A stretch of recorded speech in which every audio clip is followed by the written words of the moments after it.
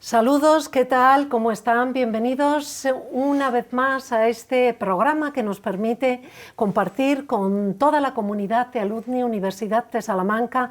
Vamos a tener oportunidad de hablar durante los próximos minutos con el profesor Antonio Muro. Profesor Muro, ¿cómo está?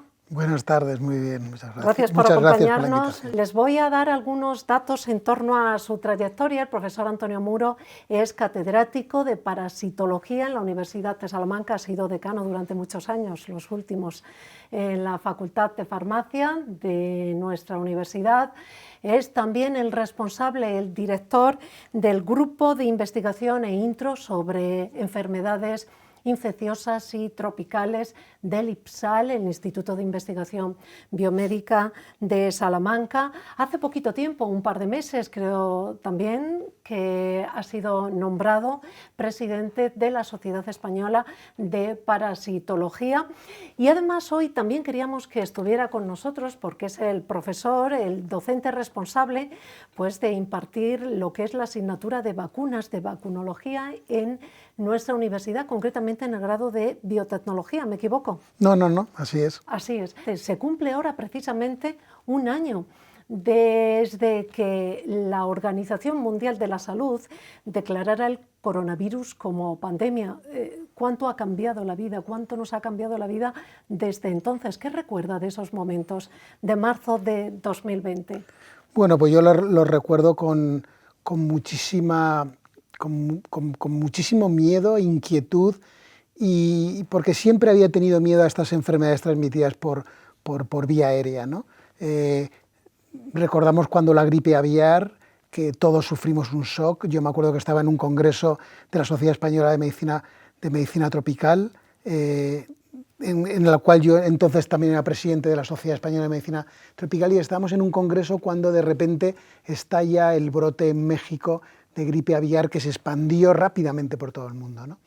Afortunadamente, en aquella ocasión, pues el virus no atacaba nuestro aparato respiratorio de manera profunda y no producía esa reacción sistémica que produce ahora el SARS-CoV-2, y por lo tanto tenía una mortalidad que no tenía una mortalidad como tiene ahora, ni un proceso como el que está haciendo esta enfermedad. Por lo tanto, yo siempre tenía muchísimo miedo a estas enfermedades. Y se dio, ocurrió, vino, todo el mundo lo esperábamos, nadie creíamos, sabíamos que había pasado, que había habido pequeños coronavirus, anteriores pandemias, y bueno, pues nos tocó vivir esta, y entonces, pues un año después estamos todavía como estamos. Ahora hablaremos. Sí, usted ha definido en más de una ocasión esta pandemia en torno a la COVID-19 como toda una guerra a nivel sanitario, pero también social y económico.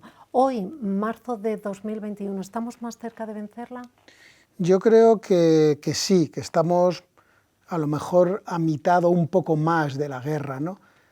Nos queda la posguerra, siempre digo, y la posguerra puede ser dura, sobre todo a nivel económico, y también adaptarnos a las nuevas metodologías que nos ha impuesto esta nueva manera de vivir, ¿no? Por lo tanto, yo creo que estamos ahí, en ese tiempo, ¿no? El acceso mundial a la vacuna o las vacunas para hacer frente al coronavirus se está mostrando como algo vital. ¿Será lo que nos salve de esta pandemia, la vacuna? Yo creo que es una de las cosas más importantes para vencer. No tenemos antivírico eficaces, la enfermedad se sigue transmitiendo, y por lo tanto las vacunas es el único arma realmente importante que tenemos, ¿no? Y bueno, tenemos que congratularnos con la ciencia y ser protagonistas, y muy buenos protagonistas de nuestro tiempo, ¿no? Que hemos sido capaces de desarrollar en un año nada más y nada menos que en este momento hay 308 candidatos a vacunas y 20 en fase 3 y ya algunas, como ahora hablaremos, en fase 4. Eso no se ha hecho nunca en la historia. ¿Y por qué ha sido posible? Hoy, como dice, hay varios cientos de propuestas de vacunas, algunas ya se están aplicando, quizá todos tenemos en mente bueno, pues la vacuna de Pfizer, Moderna, Johnson & Johnson, AstraZeneca, pero hay otras muchas que se están desarrollando. ¿Por qué hemos llegado a este punto? Pues la Agencia Europea del Medicamento lo dice claramente en una publicación hace unos cuantos meses. Y dice que, claro, antes cuando las vacunas, todos los recursos para las vacunas estaban muy fragmentados, ahora, ante lo que ha pasado, se han unido todos y entonces los recursos, evidentemente, se han multiplicado por muchísimo más, ¿no? Esa era la primera razón que aludía. Y la segunda razón realmente era que los protocolos de aprobación de las diferentes vacunas pues, se han puesto en funcionamiento y han ido mucho más rápido por la emergencia mundial que anteriormente. Esto no quiere decir que se haya saltado ninguna fase de estudio. Eso lo ha dejado muy claro la Agencia del Medicamento, la FDA, la Agencia del Medicamento americana también. No se han saltado fases de estudio, pero evidentemente han sido muchísimo más rápidas, ¿no? Porque lo necesitaban. Se han acelerado. ¿Qué certezas tenemos en este momento en torno a las vacunas? Con el paso del tiempo, pues se va desterrando o va mermando el temor, el recelo, el miedo por parte de la población, ¿no?, a vacunarse. Eso se está superando. Le preguntaba por las certezas que tenemos a estas alturas en torno a las vacunas para hacer frente al COVID. Bueno, el miedo y sobre todo algunos movimientos antivacunas que han existido y que a mí evidentemente me dan pena que existan, ¿no? Realmente con el conocimiento científico que tenemos, yo creo que realmente las vacunas nos van a salvar de lo que estamos haciendo, y yo creo que las personas cada vez saben perfectamente que hay que hacerlo, que los efectos secundarios los hay, pero no muchos, que por ahora tampoco hay muchos efectos graves y que lo que estamos viendo es que las personas, cuando se están protegidos en países, por ejemplo, como en Israel, que ya hay un porcentaje muy importante de la población protegida, pues estamos viendo que realmente no hay infecciones, que baja muchísimo el número de infecciones. También lo estamos viendo en España. Por ejemplo, en las últimas semanas pues no hay personas de residencias de ancianos que ya se hospitalicen, las que están inmunizadas pues están protegidas. Eso ya todo el mundo lo sabe y por lo tanto es una certeza que no podemos... Por tanto, las vacunas que están autorizadas, las vacunas que se están inoculando en este momento, por ejemplo, en nuestro país, son seguras, no hay dudas sobre eso, son también eficaces. ¿Qué podemos afirmar en torno a la eficacia? ¿O es pronto? ¿Necesitamos todavía más tiempo? Necesitamos tiempo para valorar seguridad y eficacia, ¿no? La seguridad se valora por los efectos adversos que no solo son a corto plazo, sino a medio y a largo plazo. Por lo tanto, bueno, pueden empezar a haber efectos secundarios dentro de 2 o 3 años, pero eso no lo sabemos hasta que pase, ¿no? Y la eficacia, por ahora, también estamos viendo que la inmunidad tiene, sobre todo en protección de títulos de anticuerpos, tiene una alta inmunidad, pero también necesitamos más tiempo para saber hasta dónde. Esa es una pregunta muy importante. Como sabemos, la gripe hay que vacunarse todos los años. La gripe es un virus que muta mucho, ¿no? SARS-CoV-2 muta, pero no tanto, ni muchísimo menos como la gripe. Pero no sabemos hasta dónde va la inmunidad. Hasta dónde alcanza la inmunidad en cuanto a periodo de tiempo se refiere, ¿no? Sí, pero ahora tenemos los datos de estudios que hay publicados en New England Journal of Medicine o en Lancet con las vacunas que hay de Pfizer, la llamada de Pfizer y Moderna fundamentalmente, pues hasta 140 días sí que producen todavía una inmunidad de título de anticuerpos y además neutralizantes bastante importante. Pero tenemos que esperar, hay que esperar hasta saber. Tendrá que pasar más tiempo. Ha citado 2 de esas vacunas. Yo quería preguntarle por las diferencias y también por lo que comparten estas vacunas frente al COVID-19, ¿no? Sí. Pues hay una cosa muy importante, que por primera vez se desarrollan unas vacunas que vamos a decirles que son nuevas, ¿no? Nuevas en el desarrollo tecnológico, que son las denominadas vacunas RNA. Las vacunas RNA, que son fundamentalmente Pfizer y Moderna, también hay otras, pero no en fase 4 todavía. Las que están en fase 4 son Pfizer y Moderna. Estas 2 vacunas, y además Pfizer viene porque se desarrolla con una empresa biotecnológica alemana, BioNTech, y entonces Pfizer es quien distribuye, pero realmente el concepto de la vacuna de RNA es de esta empresa biotecnológica alemana. Lo que hacen es estas vacunas se están utilizando, se habían empezado a utilizar para el cáncer, como inmunoterapia de cáncer. Esto estaba bastante adelantado y justamente han valido para producir el RNA mensajero del virus, que codifica para una proteína, que es la más importante, la que se ancla, digamos, a los receptores AC2 humanos, que se llama, todo el mundo lo conoce, la proteína Spike, con sus dos dominios, con el dominio que se llama RBD, es el que se adhiere y por lo tanto penetra en las células.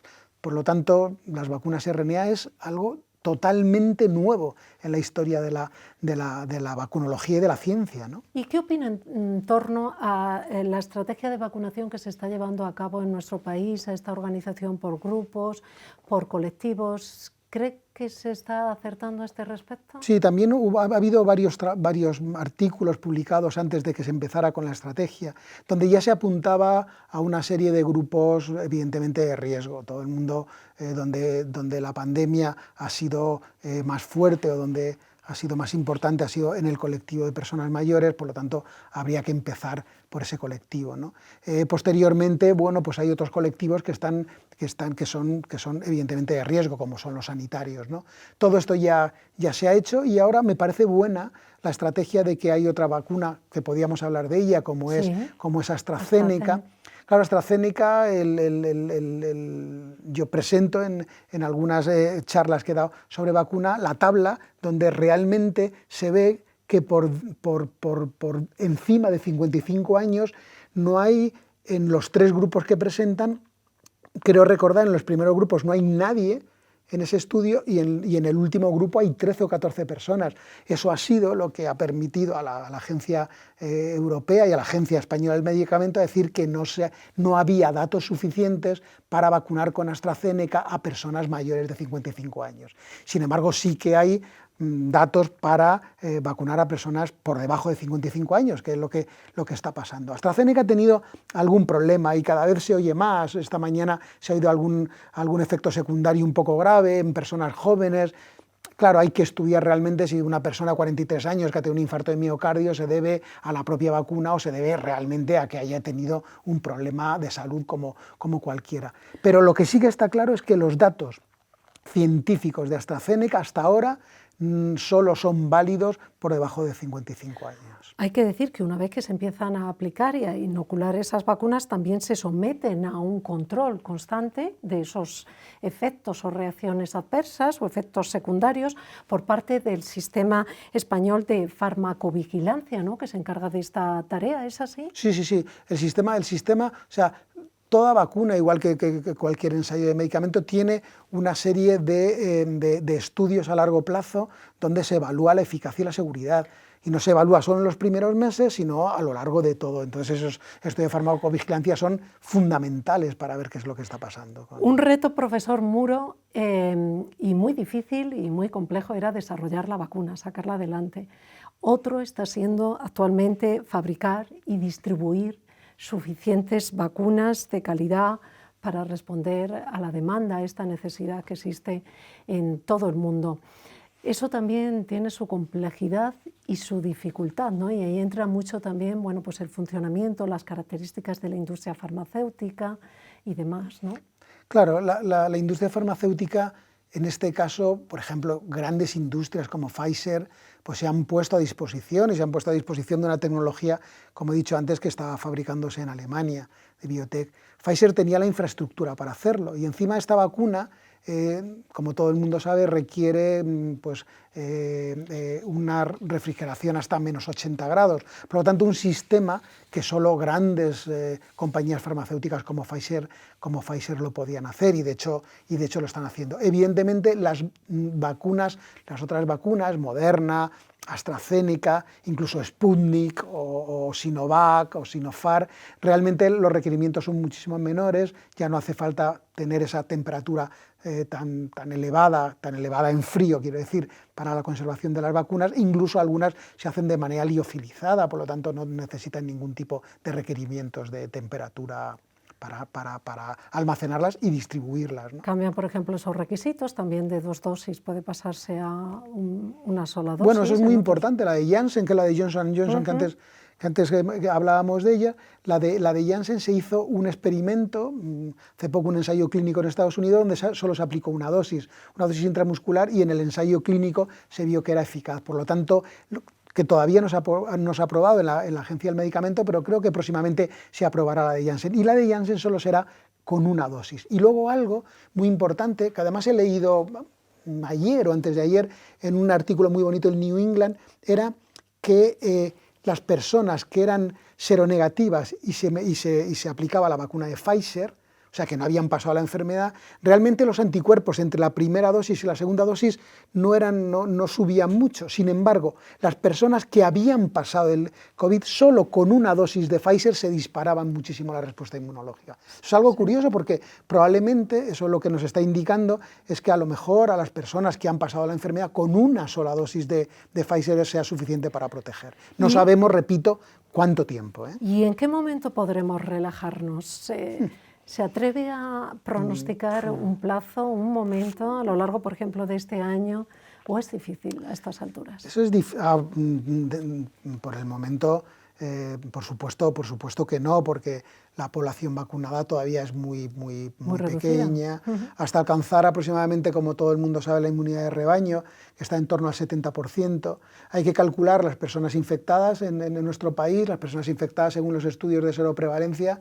Estamos hablando de estudios que en todo el país eran de un 5%, dependiendo de las comunidades. En España lo que ha ocurrido ha sido un efecto desde el centro hacia la periferia, sobre todo en la primera hora, en la segunda, quizás menos en la tercera, ¿no?, que ha afectado a otras regiones diferentes porque había menos infectados.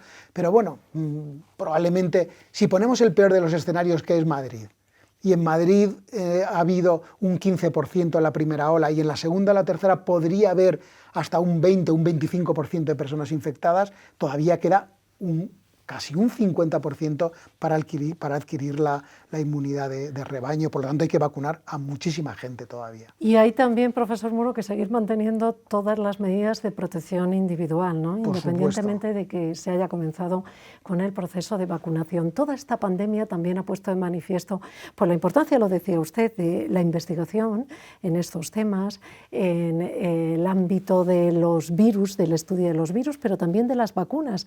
Usted es el profesor que imparte esa asignatura de vacunas en nuestra universidad, que parece que es algo como muy aislado, ¿no?, o muy reducido, ¿no? Y ahora se revela como algo trascendental. Sí, bueno, las vacunas también se dan en otras materias, bueno, dentro probablemente de farmacología, de microbiología, pero como tal, como vacunas en desarrollo, solo se da como tal en el grado de biotecnología. Y la verdad que, claro, ahora tiene, pues, evidentemente muchísima demanda y muchísima... todo el mundo, ¿no?, está interesado sobre qué es lo que está pasando y sobre lo que pasará, sobre otras vacunas, que ahora solo hablamos del SARS-CoV-2 o del COVID-19, pero hay otras vacunas muy interesantes para y otras enfermedades también, ¿no?, y otras enfermedades que no también paran. Ya que le tenemos hoy con nosotros, quería preguntarle también por cómo ha actuado la Universidad de Salamanca a lo largo de este último año. Usted en marzo de 2020 era decano de la facultad. En su centro rápido se pusieron a trabajar en la elaboración de geles y hidroalcohólicos para desinfectantes, bueno, pues para la comunidad académica, para el hospital, para bueno, pues diferentes centros de nuestra institución, pero también ha promovido y está desarrollando proyectos muy importantes como ese de Diancursal, de diagnóstico y seguimiento del COVID en la comunidad universitaria. ¿Ya tenemos resultados que se ha logrado con ese estudio? Pues sí, de hecho estamos terminando el trabajo que evidentemente será publicado, se manda a una revista científica de impacto para decir los datos que ha obtenido la Universidad de Salamanca.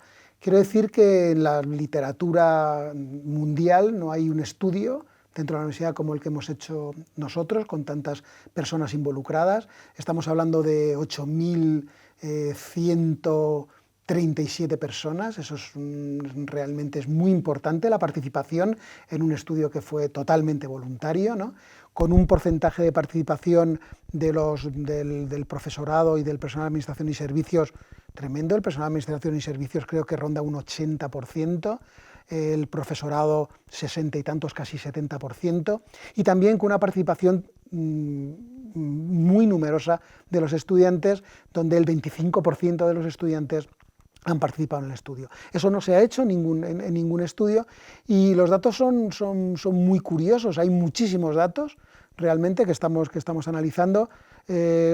Comento así que la seroprevalencia, o sea, los anticuerpos que se detectaron fueron en general en el 8,25% de la población de la universidad. Hubo un poco más, creíamos que probablemente los estudiantes iban a tener muchísimo más que profesores y PAS, y no ha sido así.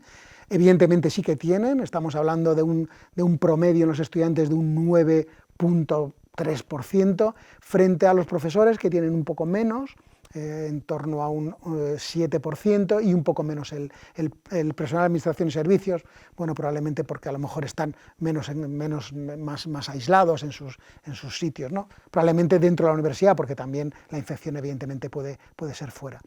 Hay datos muy curiosos y muy llamativos por facultades, por campus, porque lo hicimos en todos los campus. Participaron muchísimos voluntarios en todo esto. Fue realmente magnífico como el voluntariado rápidamente se puso, como en otras cuestiones que ha habido dentro de la universidad, como rápidamente se ha puesto al servicio de hacer algo para estudiar o para conocer más sobre esta terrible pandemia. Y luego hay una cosa que hemos hablado y que me gustaría decir, es un dato muy importante de las medidas preventivas asociadas con la infección dentro de la universidad. La única que ha salido con diferencias significativas ha sido el distanciamiento social. Y es que es verdad, o sea, ni las mascarillas, ni el lavado de manos, ni el uso de geles hidroalcohólicos, la única realmente significativa y es el distanciamiento social, y yo creo que es eso, porque una enfermedad, siempre digo lo mismo, las mascarillas evidentemente son muy importantes, pero el virus es microscópico, atraviesa cualquier...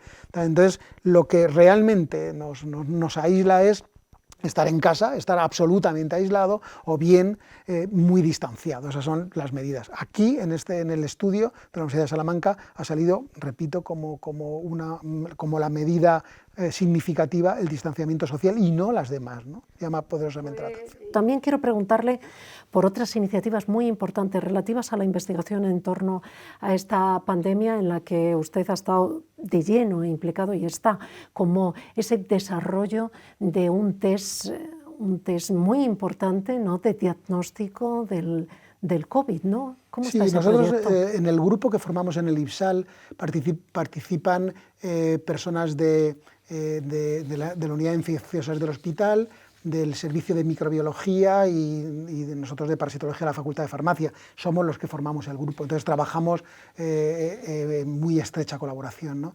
Entonces, a raíz de todo esto empezamos a desarrollar unas técnicas que hacíamos nosotros en nuestro grupo en parasitología, que es una PCR, para entenderlo, una PCR pero muchísimo más potente, digamos así, con muchísima más capacidad, con muchísima más sensibilidad, que la estábamos desarrollando para otras enfermedades tropicales fundamentalmente. Al empezar toda esta pandemia, pues entonces solicitamos un proyecto al Instituto de Salud Carlos III, que al final nos fue concedido. De hecho, en el confinamiento había gente en el laboratorio que tenía permiso para hacer este proyecto, que era lo único que se daba permiso para hacer esto, y seguimos desarrollando este test, ¿no? Acaba de ser publicado esta misma semana. El diagnóstico es, para que todo el mundo me entienda, es una PCR, se denomina LAMP, porque utiliza, en vez de 2 primers que utiliza la PCR, utiliza 6, y por lo tanto tiene un poder de amplificación muchísimo mayor. Y bueno, lo hemos probado en muestras de sudado nasofaringio, ahora lo estamos probando en muestras de saliva, con buenos resultados. También lo utilizamos en muestras de orina, en la primera ola en todos los pacientes, porque no sabíamos cómo iba a funcionar la orina. En muestras de orina no resultó importante, ya luego otras publicaciones al respecto han confirmado lo mismo, ¿no? Por lo tanto, es un test muy muy válido, con mucha fuerza y con mucha potencia, ¿no?, de diagnóstico, y bueno, pues se puede empezar a ¿Cuándo aplicar. podría estar ya en el mercado? Bueno, eso, los investigadores siempre tenemos ese problema, yo siempre lo digo, ¿no? Nosotros que llevamos toda la vida en nuestro grupo de investigación trabajando en vacunas, sí, no hemos pasado de una vacuna de administrarla a los animales de experimentación, porque claro. al Ese final salto, tenemos, ¿no?, ese salto entre la industria farmacéutica, que sabemos que está, pero no sabemos dónde está, o no sabemos cómo llegar, o a lo mejor ese es un poco el problema, esa combinación, ¿no?, siempre ha trabajado entre y ha abogado por unir, ¿no?, Sí. o reducir la distancia, ¿no?, que acerque lo que es ese trabajo de investigación Eso sería... que se hace en una facultad como la de farmacia, Claro. a la industria, ¿no?, Claro, y porque, en definitiva a la sociedad. Claro, porque la industria farmacéutica necesita de la investigación básica de los laboratorios, de las universidades o de los centros de investigación para desarrollar esto que hemos estado hablando con Pfizer. Pfizer es el mejor ejemplo. O sea, la vacuna de Pfizer la ha desarrollado una pequeña empresa biotecnológica alemana. Luego Pfizer ha puesto todo a su disposición.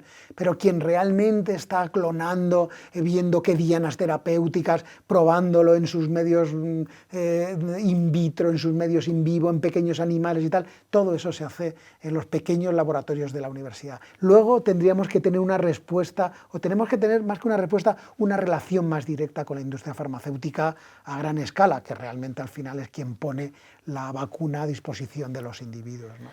Muchísimas gracias, profesor Antonio Muro. Hoy hemos querido hablar con usted, recoger sus testimonios, compartir sus reflexiones para entender mejor, bueno, pues cómo va todo este proceso de vacunación, cómo se está avanzando en esta batalla frente al COVID-19 y también para revelar, ¿no?, la importancia, la trascendencia de la investigación, ¿no?, de lo que hacen grupos como el que usted dirige, ¿no?, investigadores y laboratorios, ¿no?, que están en universidades como la nuestra. Un placer haber compartido con usted esta charla. Muchísimas gracias. Muchas gracias. Y hasta la próxima. También a través de Alumni Universidad de Salamanca queremos despedirnos de todos aquellos que nos siguen a través de YouTube y de otras plataformas de la Universidad de Salamanca. Muchas gracias por su atención.